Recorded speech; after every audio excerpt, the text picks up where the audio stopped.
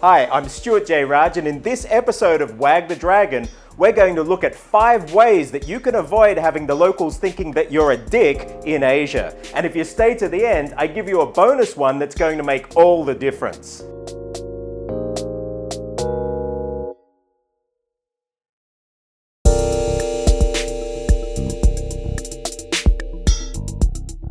I'd like to know, for anybody actually living in Asia, have you ever seen any behavior that just gets under your skin?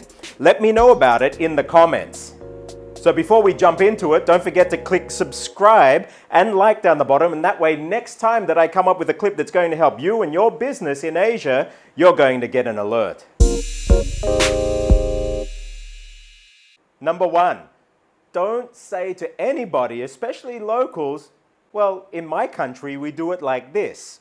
I guarantee you, out of all of the comments that come back when I go into companies over the past 20 years, the number one issue that they get frustrated, whether it's China, Thailand, Indonesia, is having expats come in and say, well, we just don't do it like this back home.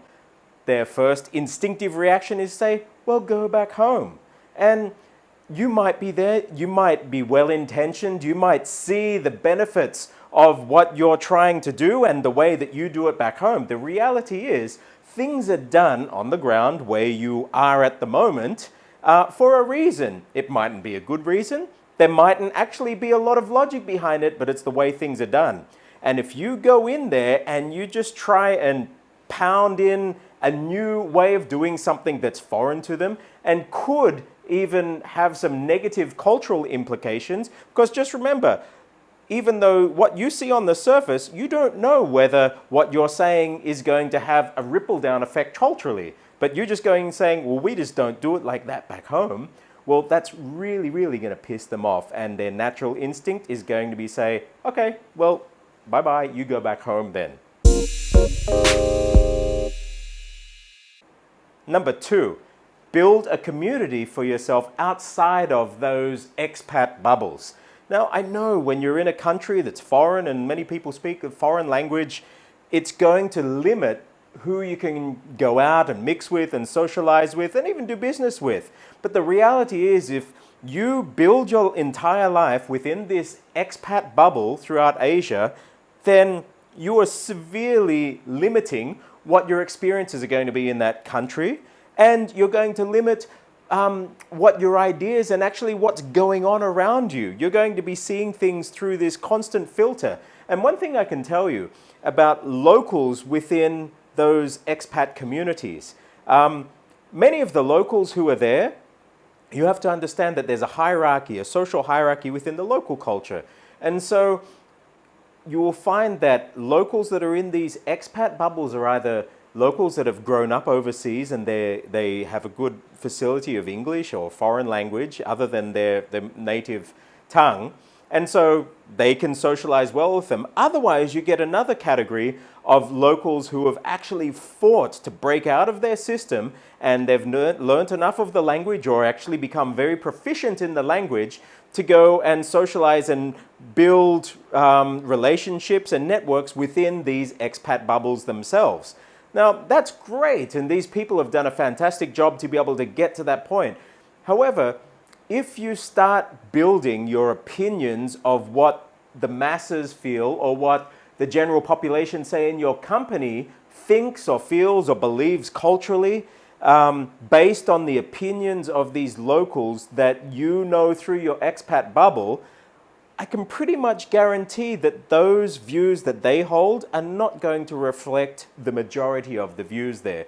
They will have very specific views that got them to that place. So if you get out of the expat bubble, you're going to get a much broader spectrum of ideas and views, and then you'll have much better information to be able to make decisions, whether it's in your personal life or your business life. And if it's in business, it's important because it affects all the people in your organization, and in the end, it affects your bottom line.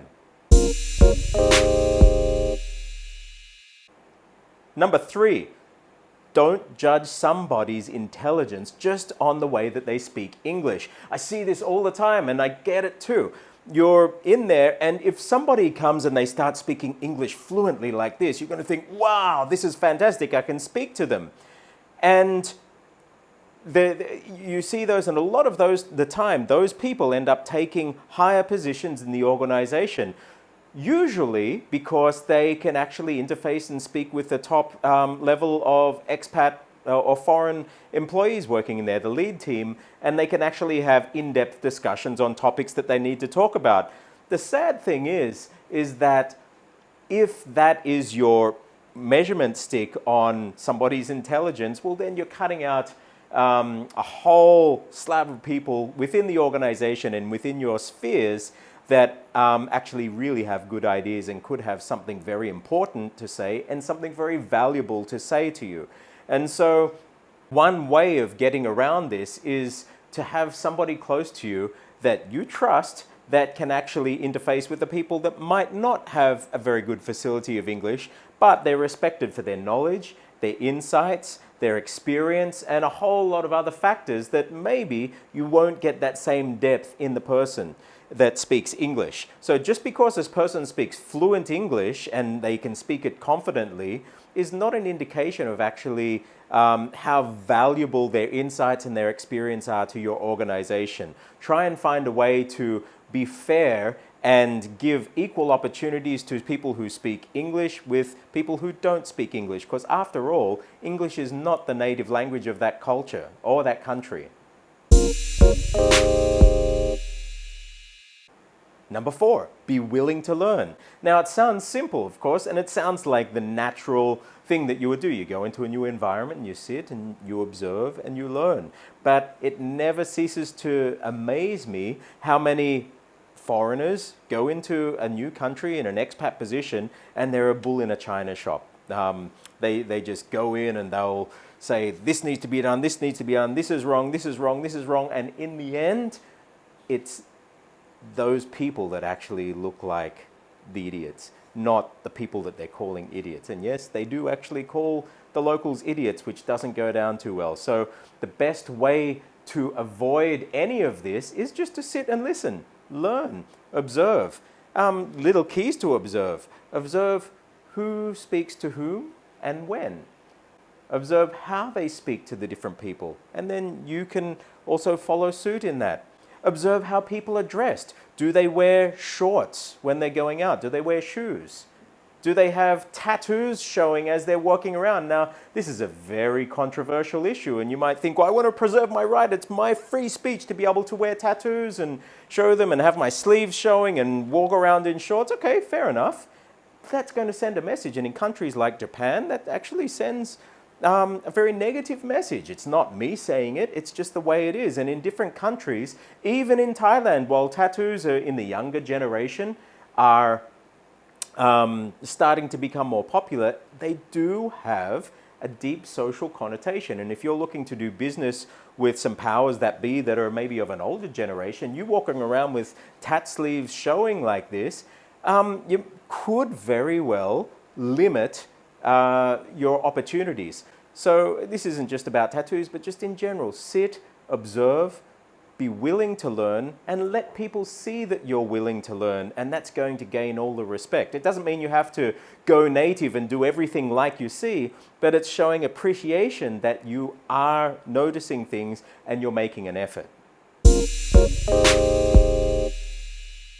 Number 5, don't force the locals to speak English together.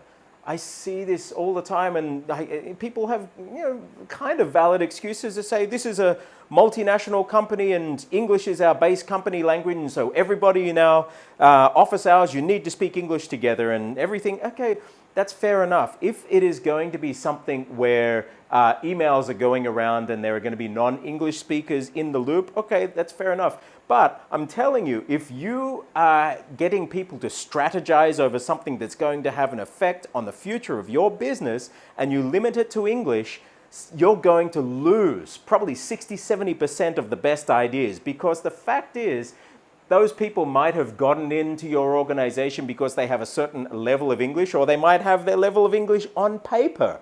But in reality, anybody who, if you're having to discuss something in depth, that in a language that's not your mother tongue, you're going to be limited. But when I go into discussions and we facilitate the discussions in the local languages, in Chinese, in Indonesian, in Thai, in Vietnamese, the information that comes out is amazing and the levels of creativity is phenomenal. By you saying, nope, everybody has to speak English, probably just because you're the one who wants to understand, you're instantly putting a filter on that. And rather than have this gushing wave of amazing ideas, you just end up with a trickle. And usually the people, going back to that earlier point, the people who have the strongest English are the people who get heard. But that doesn't necessarily mean that they are the most knowledgeable or most experienced people that you should be listening to. Now, I promised that there would be a final point that's going to help you, and that is learn the local language. Point number 6. And this ties into a clip that I put out a little while back. But if you do put an effort into learning the local language, just even a small effort, I guarantee you that you're going to get insights into the culture, into the mindset of the people that you're working with, living with, that you would never have gotten before. And the other thing is, by doing that, all of the previous 5 points actually dissipate. Because through learning a language, you're going to, by default, start expanding your bubble outside of the expat bubble to the locals. You're going to allow them to speak in their local language and be encouraged, and you would be learning from their discussions and getting insights that you never even realized. They might come up with some things that can't even be elicited in English, but they do it in their local language, and you'll gain a new appreciation for that.